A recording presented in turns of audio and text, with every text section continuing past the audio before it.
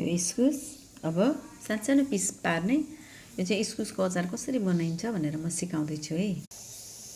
यो इस्कुसलाई चाहिँ बोक्रासहित काट्नुपर्छ। यो बोक्रासहित पिस पिस बनाउने यसलाई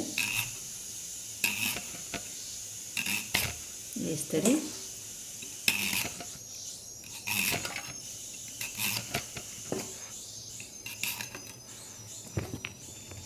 अनि यसरी कराई बसाउने।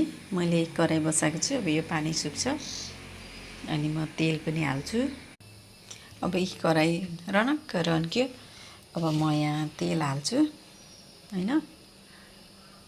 यो तेल हाल्ने टक्कसँगले तेल अलिकति चाहिन्छ, नभए मिठो हुँदैन, किनभने पानी नहालिकन भुट्नुपर्छ। अनि मसँग चाहिँ तेल तातिसक्यो पुरै हैन, तात्दैछ। मसँग चाहिँ बोतलमा हालेको खोर्सानी नुन, अकबारीमा हालेको खोर्सानी छ। अकबारीमा नुन हालेर राखेको छु। यही हालेर 1 मिनट अलिकति प्लेटमा निकालेको छु। यो हाल्छु।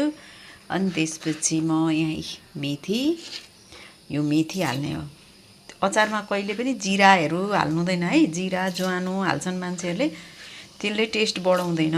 यसलाई हाल्ने भनेकै मेथी मात्रै हो। अचारमा मेथी हाल्ने, यो खोर्सानी हाल्ने, अनि यो इस्कुस हाल्ने। अनि हर्दी पनि मान्छेले अगाडि नै हाल्छन्, तर हर्दी अगाडि हाल्नु हुँदैन। अगाडि नै हर्दी हाल्यो भने त्यसले पोइजनको काम गर्छ भन्छ, स्लो पोइजन जस्तो हुन्छ अरे, त्यसको भिटामिन जान्छ भन्छन्। किनभने त्यसले गर्दा पछाडि हाल्ने। इस्कुस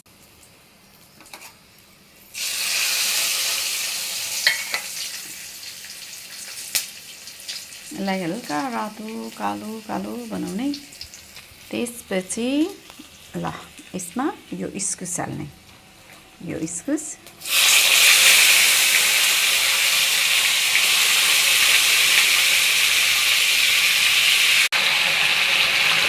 यो हर्दी हाल्ने।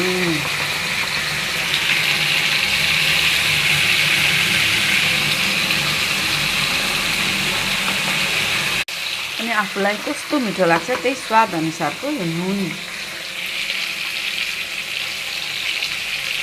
चाहिँ अलिक चखिलो हाल्नुपर्छ, किनभने यसमा अमिलो अहिले एकछिनमा छोप पनि हालिन्छ नि त।